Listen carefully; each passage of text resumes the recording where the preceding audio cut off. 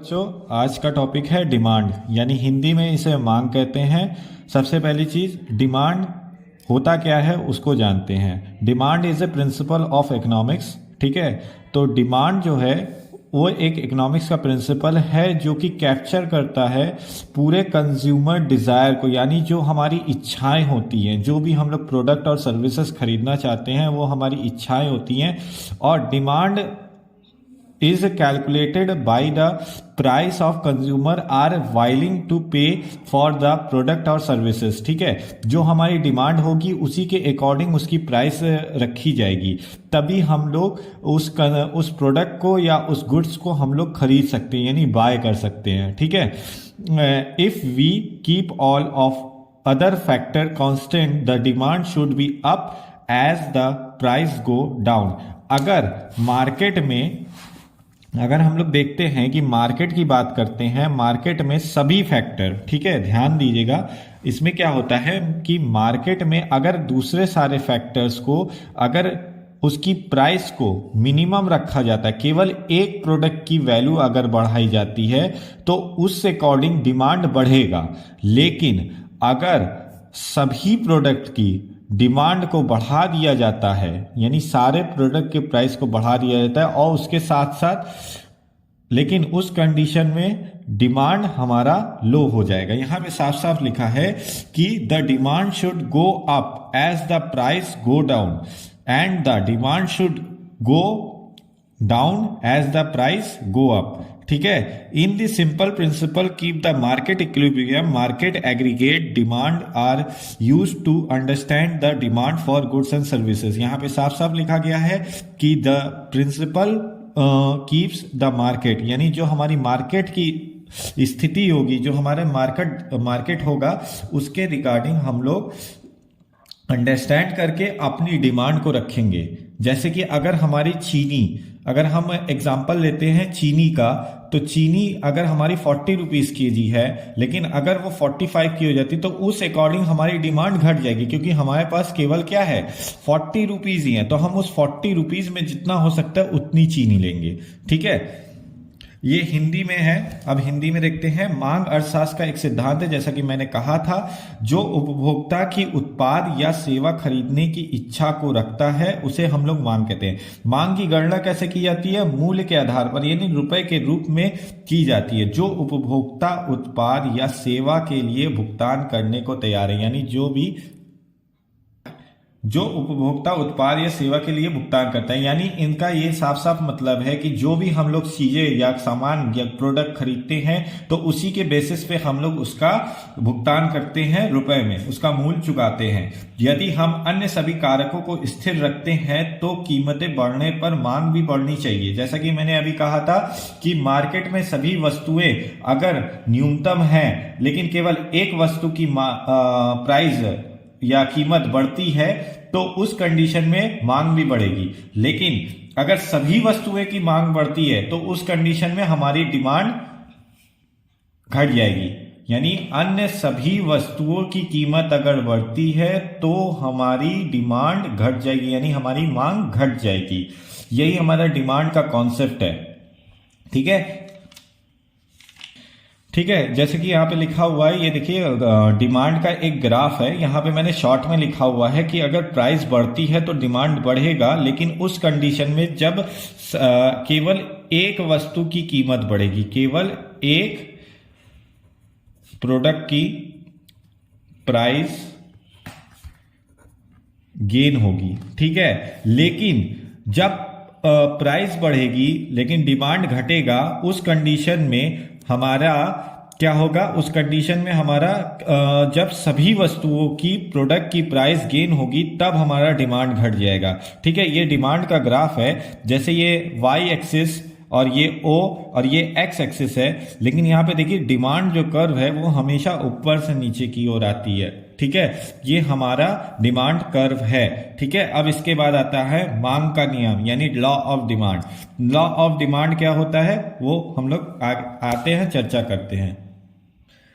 अब आते हैं लॉ ऑफ डिमांड में। हिंदी में इसे मांग का नियम कहते हैं। देखिए, law of demand explain consumer choices behaviour when the prices changes in the market. ठीक है, अगर हमारे मार्केट में एक कंज्यूमर की चॉइस होती है कि वो प्राइसेस को चेंज कर दे in the market assuming other factor affecting the demand. यानी यहाँ पे साफ साफ होता है कि अगर हमारे प्राइस में अगर चेंजेस आई तो जाहिर सी बात है हमारे डिमांड में भी चेंजेस आएगा। लेकिन constant when the price of a goods rises it leads to fall the demand of that goods. ठीक है, यहाँ पे अब देखिए, ये हमने इंग्लिश में भी लिखा है, हिंदी में भी है, तो कोई दिक्कत नहीं है। अगर हमारी प्राइस जो होती है वो राइसेस होती है तो इस कंडीशन में हमारी डिमांड ठीक रहेगी। लेकिन जब नेचुरल कंज्यूमर चॉइसेस बिहेवियर रहेगा तो उस कंडीशन में हमारा कंज्यूमर हेजिटेट होके ज़्यादा पैसा ना खर्च करे। अक्सर हम लोग कंज्यूमर के तौर पे कंज्यूमर यही सोचता है कि उसको कम प्राइस में अच्छे से अच्छा सामान मिल जाए, लेकिन उसको हमेशा यही चीज़ का वो हेजिटेट रहता है कि वो ज़्यादा से ज़्यादा पैसा ना खर्च करे, कम से कम पैसा खर्च करके अच्छा से अच्छा सामान ले ले। यही होता है लॉ का डिमांड। अब देखिए, हिंदी में लिखा है मांग का नियम कीमतों में परिवर्तन होने पर उपभोक्ता की पसंद के व्यवहार की व्याख्या करता है। ठीक है, जो भी उपभोक्ता होगा, यानी उपभोक्ता मतलब कंज्यूमर की जो पसंद होगी उस चीज को हम लोग मांग का नियम अच्छे से बताता है। जैसे कि बाजार में मांग को प्रभावित करने वाले अन्य कारक को स्थिर मानते हुए जब किसी वस्तु की कीमत बढ़ती है, यानी बाजार में क्या होता है, बाकी सारे चीजों को स्थिर रख दिया जाता है, केवल एक वस्तु की कीमत को बढ़ती है, उस कंडीशन में वस्तु की मांग में गिरावट आती ही आती है। जैसा कि मैंने डिमांड के कॉन्सेप्ट में बताया था अभी पीछे। अब बात आती है, यह प्राकृतिक उपभोक्ता पसंद व्यवहार है। ऐसा इसलिए होता है क्योंकि एक उपभोक्ता अच्छे के लिए हिचकिचाता है, यानी उसे जो चीज अच्छा लगता है उसी में वो बार्गेनिंग करने लगता है, यानी बार्गेनिंग करके उसमें वो हिचकिचाता है ताकि उसका ज़्यादा पैसा ना खर्च हो। ठीक है, ये मांग का नियम है, ये मांग के नियम का ग्राफ है। देखिए सकते हैं यहाँ पे 3 क्वांटिटी है, और क्वांटिटी 1, क्वांटिटी 2, क्वांटिटी 3, और 3 तरह के प्राइस है, 0, 1, 2। ठीक है, देख सकते हैं जैसे कि अगर हमारी प्राइस ज़्यादा होगी तो हमारी क्वांटिटी कम होगी। ठीक है, इसी हिसाब से ये ग्राफ बना, और ये भी डिमांड ऊपर से नीचे की ओर सबको मिलाकर चलती है। ठीक है, अब बात आते हैं नॉर्मल गुड्स और इंफीरियर गुड्स। ठीक है, a normal goods is one whose demand increases when a people income start to increases giving it a positive income. ठीक है, is called is elasticity of demand. ठीक है, यहाँ पे साफ साफ बताया जा रहा है कि जो भी हमारे नॉर्मल गुड्स होते हैं वो एक तरीके से इंक्रीजिंग होंगे जब हमारी इनकम इंक्रीज होगी। ठीक है, और इन्फीरियर गुड्स जो होते हैं, inferior goods are associated with a negative income elasticity while normal goods are related a positive income elasticity. ठीक है, ये एक दूसरे के बिल्कुल अपोजिट होंगे, नेगेटिव होंगे। ठीक है, जैसा कि अभी हम लोग ने नॉर्मल गुड्स और पढ़ा था तो उसी का हिंदी है।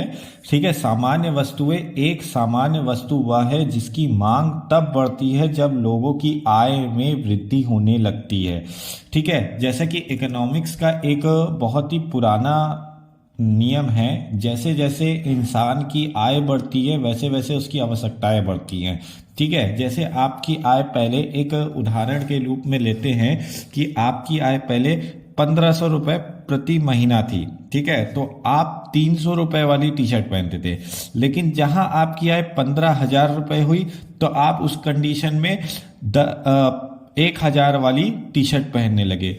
है वही चीज, लेकिन बस सामान्य वस्तुएं और हीन वस्तु यही चीज को दर्शा रहा है। अब बात आती है कि हीन वस्तु क्या होती है। हीन वस्तु एक नकारात्मक आय लोच से जुड़ी होती है, जबकि सामान्य वस्तुएं एक सकारात्मक आय लोच से संबंधित होती हैं। ठीक है, सामान्य वस्तुएं तब होती हैं जब एक लाइन में अगर इसे प्रदर्शित किया जाए तो एक लाइन में सामान्य वस्तुएं वो वस्तुएं होती हैं जब हमारी आय में वृद्धि होगी तो हमारी मांग बढ़ेगी, लेकिन हीन वस्तुएं वो होती है जब हमारी आय में नकारात्मक आएगा यानी नेगेटिव वे में जाएगी हमारी आय, तो उस कंडीशन में हमारी वस्तु और ज़्यादा घटेगी। अब बात आती है substitute and complements goods. Substitute को हिंदी में substitute goods are that regarded by the customer to be the same such that they may be used in place of one another and deliver the same amount of the satisfaction. ठीक है, substitute goods वो goods होते हैं जिसमें customer को ऐसा लगता है कि दोनों गुड्स एक तरीके से सेम है, ठीक है, और वही चीज कुछ अलग नहीं है। जैसे कि एग्जांपल में ले लेते हैं कि फिजिकल बुक और ई बुक, यानी फिजिकल बुक जो हाथ में हम लोग लेते हैं और ई बुक दोनों में कोई डिफरेंस नहीं।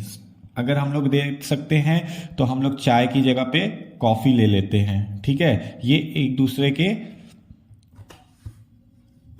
सब्स्टिट्यूट है, ठीक है, इसे हम लोग सब्स्टिट्यूट गुड्स कहते हैं। अगर चाय नहीं है तो बहुत से लोग कहते हैं कि भैया कॉफ़ी दे दीजिए दुकान में, ठीक है, तो अगर कॉफ़ी लेने जाते हैं लेकिन नहीं मिलती तो उसकी जगह पे हम लोग चाय दे देते हैं। एक दूसरे का सब्स्टिट्यूट होना, उसे हम लोग सब्स्टिट्यूट, और कंज्यूमर इसे समझता है कि ये दोनों गुड्स सेम है, इससे एक ही तरह का सेटिस्फैक्शन दोनों में मिलेगा, उसे हम लोग सब्स्टिट्यूट गुड्स कहते हैं। लेकिन कॉम्प्लीमेंट्री गुड्स बिल्कुल अपोजिट है, ये एक दूसरे के बिल्कुल अपोजिट है कि complementary goods on the other hand that are goods utilized by the customer jointly are useless of eat on alone, ठीक है, eaten alone। यहाँ पे कॉम्प्लीमेंट्री गुड्स वो गुड्स होते हैं जो एक दूसरे के बिल्कुल अपोजिट होते हैं, जो एक दूसरे का भी काम नहीं आ सकते हैं, ठीक है, क्योंकि सीरियल और मिल्क दोनों एक दूसरे का कभी काम नहीं हो सकते, ठीक है, इसी तरह से इसे हम लोग कॉम्प्लीमेंट्री गुड्स कहते हैं। सब्स्टिट्यूट गुड्स, यानी सब्स्टिट्यूट गुड्स को हिंदी में स्थानापन्न वस्तुएं कहते हैं। जैसे कि मैंने कहा था, ये वो वस्तु होती हैं जो कि जिन्हें ग्राहक एक समान मानता है ताकि वे एक दूसरे के स्थान पर उपयोग कर सकते हैं, उसे हम लोग सब्स्टिट्यूट गुड्स कहते हैं, ठीक है। जैसे कि भौतिक पुस्तकें की जगह ई पुस्तकें, यानी इंटरनेट में जो पुस्तकें अवेलेबल रहती हैं वो चीज़, और दूसरी चीज़ चाय की जगह पे कॉफ़ी, जैसे कि मैंने कहा। लेकिन कॉम्प्लीमेंट्री गुड्स पूरक वस्तुएं होती हैं, जो कि पूरक वस्तुएं वे वस्तुएं होती हैं जिनका ग्राहक द्वारा संयुक्त रूप से उपयोग किया जाता है, अकेले खाने पर बेकार हो जाती है, जैसे अनाज और दूध, ठीक है। वो पूरक वस्तुएं जो एक दूसरे के बिल्कुल विपरीत हों, उन दोनों का एक दूसरे से कोई रिलेशन नहीं है, वो पूरक वस्तुएं होती हैं, ठीक है। और इससे पहले जो मैंने कंज्यूमर बिहेवियर यानी उपभोक्ता संतुलन की वीडियो डाली थी, आप लोग उस वीडियो को देख लीजिएगा पहले, फिर उसके बाद इसे कंटिन्यू करिएगा।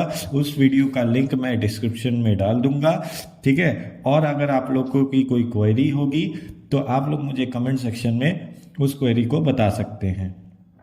आज के लिए इतना ही, धन्यवाद।